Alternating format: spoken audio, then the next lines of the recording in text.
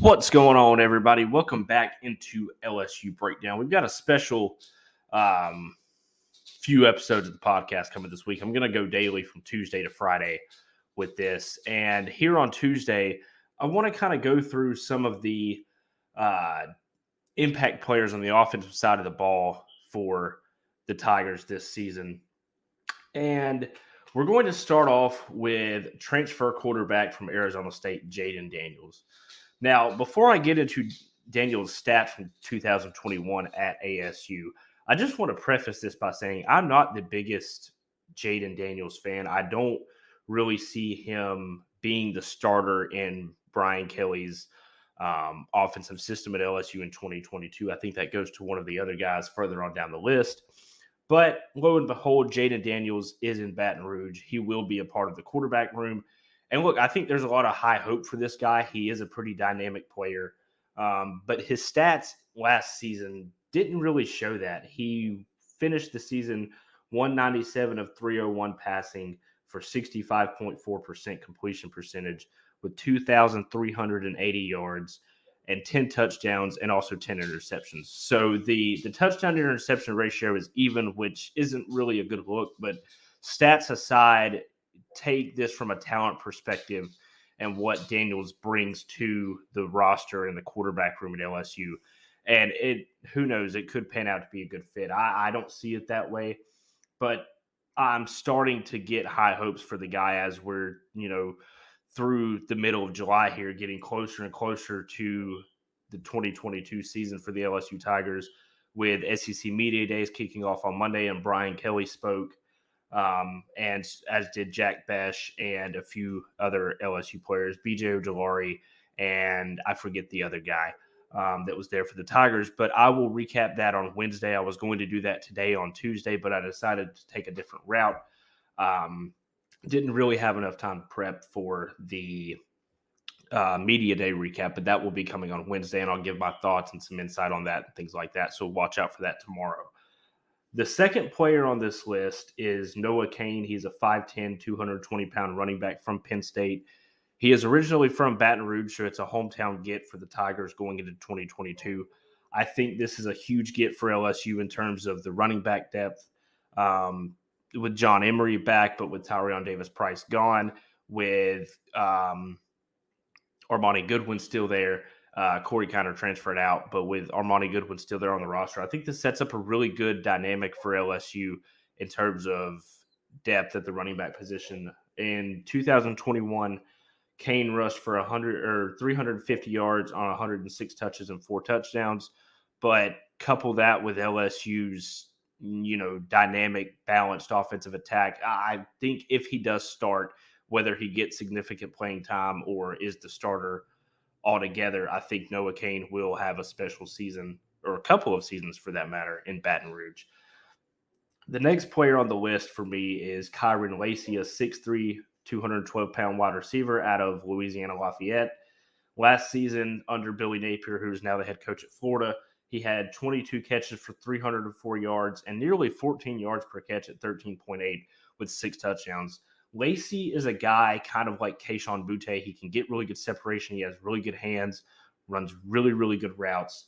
I think opposite of Boutte on the other side of the field, that's a really good get for LSU. I think Lacy could be a day one starter for the Tigers against Florida State on September 4th in the Caesars Superdome in New Orleans. But all in all, Kyron Lacy is a big get for LSU. It's an in-state guy. He has experience playing in Louisiana. Obviously, leaving a mid-major school like Lafayette and coming to the flagship University of the State at LSU is a huge thing. And I think that all in all, it's a really good get for the Tigers. It makes the wide receiver room more expandable. And we'll see where they kind of go from there with the likes of Jack Besh and a couple of other guys on the roster as well. And then next up to follow behind Kyron Lacy is the one and only Kayshon Boutte at 6'1", 190. He had 38 catches last year for 509 yards, 9 touchdowns, and 13.4 yards per catch.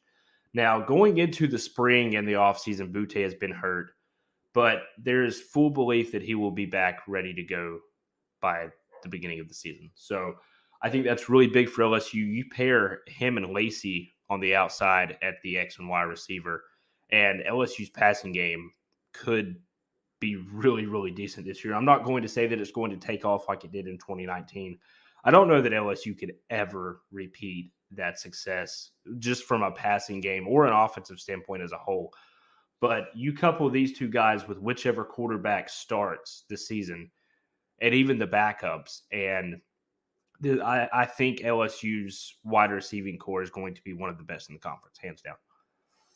Now, Butte is wearing the coveted number 7 for LSU this season. That is a very big honor. You look at past guys that have worn that number. Derek Stingley, John Giles at wide receiver, the transfer from Texas Tech a few years ago, who didn't pan out. And then you've got the likes of, Tyrann Mathieu and Grant Delpit and Patrick Peterson from years back. This is a really coveted tradition at LSU that only goes to the player that really deserves it. And I think Butte does, despite the injury. What he's done on the field for the Tigers has been nothing short of excellent. And I know I'm excited to see where this guy can take his game this year. And I want to see what LSU's passing game can do with him and Kyron Lacy there on the outside. Now, the next two guys up are Myles Brennan and Garrett Nutsmeyer.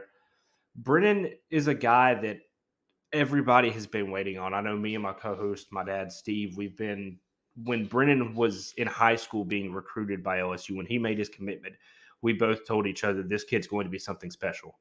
And unfortunately, he hasn't lived up to that. In 2018 and 2019, he had to sit behind Joe Burrow. And then in 2020, it was his time, and then he got injured the third game against Missouri, was out the rest of the season. And then he got hurt last offseason, right before the season started, didn't play at all, had the abdominal injury. But look, in 2022, Brennan is back. He's in a locked-in quarterback battle that nobody really knows anything about at this point.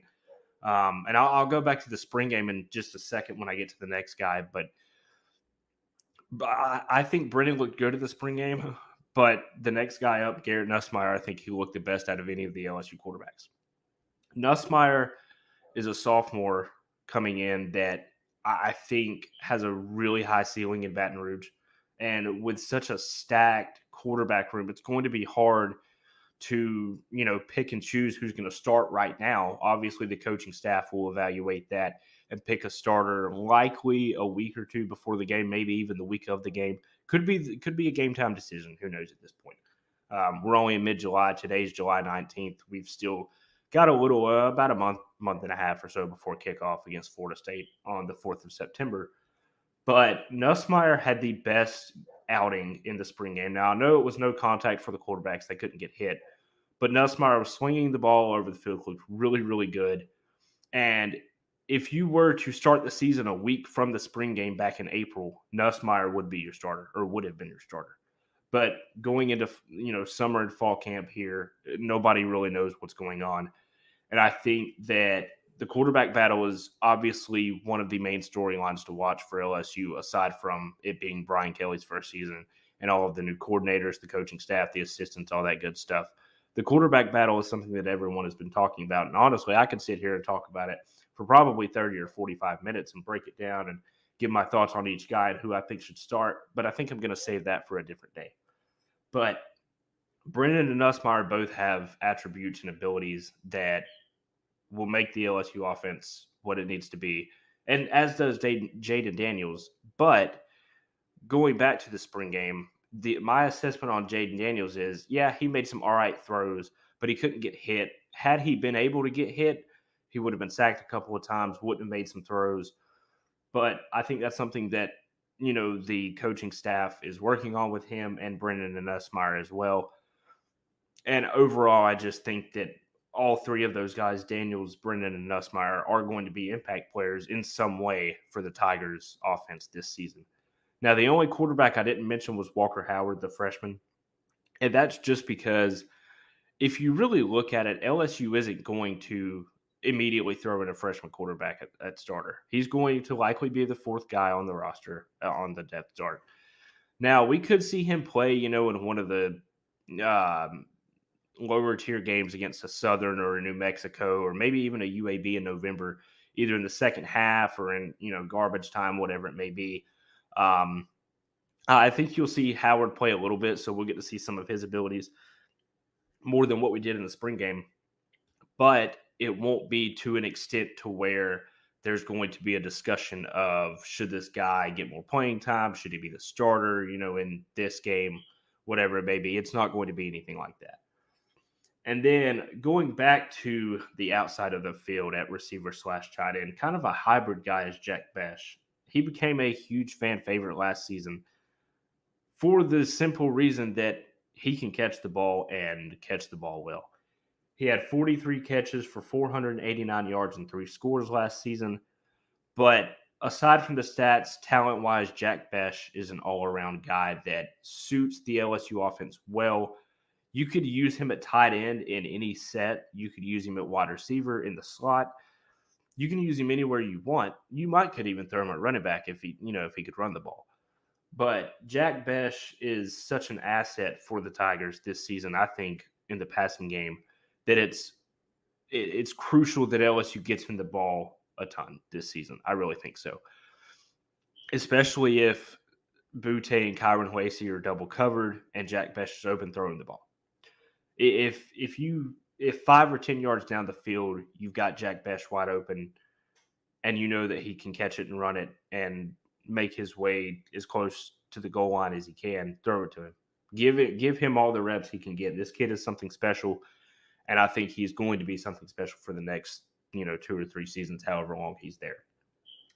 And then the final guy that I have on this list is John Emery Jr. Now, Emery Jr. is a guy that I had hopes for along with Ty Davis-Price, but like some LSU running backs in the past, they don't get the stats that, they really need. Now, granted, LSU's offensive line in 2020 and last season wasn't really all that great, especially in 2020. When Davis-Price and Emery were, running the ball 2 seasons ago, LSU was probably averaging about 3 yards a carry. Going into 2022, that number obviously has to come up, and I think it will with Noah Kane, Emery, Armani Goodwin, Josh Williams, whoever else you want to throw in there that could see playing time for the Tigers in the backfield this season. But Emery was suspended all of last year, and finally his academic suspension is over. He is back with the team. He's been back with the team for roughly a month or 2, and I have high expectations for him this season. Now, you could split the carries between him and Kane, which would be completely fine. I think LSU is going to continue running a 2, or a 3 running back system like they have in years past, and I think it'll work well. I don't think you need to overwork any of these guys. But Emery being out for a whole season and not being able to be with the team, and play on the field kind of sets him up for a comeback season this year. And I'm really anxious to see where that can take him. Now, he only has 7 touchdowns in 2 seasons played in Baton Rouge, but I think we might see that number come up a little bit this year. I don't foresee LSU being more of a pass-heavy team like 3 years ago when they won the national championship. I think it'll go back to a balanced type of attack. But I think that every single one of these guys that I just listed off is going to have an impact on this offense, and it's going to be something special. Now, a lot of people have LSU finishing 3rd, 4th, or 5th in the SEC. 7-5 is probably the floor. I think 8-4, 9-3 is probably the ceiling. But even aside from the record, whatever LSU finishes at this season, just watch the offense and see how impactful all of these guys are going to be, and other guys too. We'll get into the offensive line later this week, and then I'll switch over to the defense. But I think that this season, just from a statistical standpoint, I think LSU's offense is going to be better and more improved than, say, from a season or 2 ago. And I think that could take the Tigers a pretty good, decent way this season. Now, I'm not saying they're going to go undefeated. They're not going to go 11-1 or 10-2, I don't think. But if you get to, say, 8-4, 9-3, you win a decent bowl game with Brian Kelly's first year, and you're putting up decent numbers from an offensive standpoint, that's a really good start in Kelly's first year in Baton Rouge in the SEC, in the toughest conference in the country. That's a really, really good start. And all 8 of these guys, I think, that I just listed will play a key role in that. I really think that. But we'll find out in about a month and a half when LSU kicks it off in New Orleans against Florida State in the All-State kickoff game on Sunday, September 4th. And that is pretty much going to do it for this episode of LSU Breakdown. If you guys like this, please subscribe or follow, rate, and review on Apple Podcasts. Please listen on Spotify. We're also on Anchor. And you can follow me at Eisman on Twitter. And you can also find all of my LSU-related content over at Last Word on College Football. I will have a new article out, hopefully, by the end of this week, detailing some things to look forward to for the season. So check that out and check back the rest of this week and possibly next week and the week after. I might go daily with this. We'll see how it works out for this week.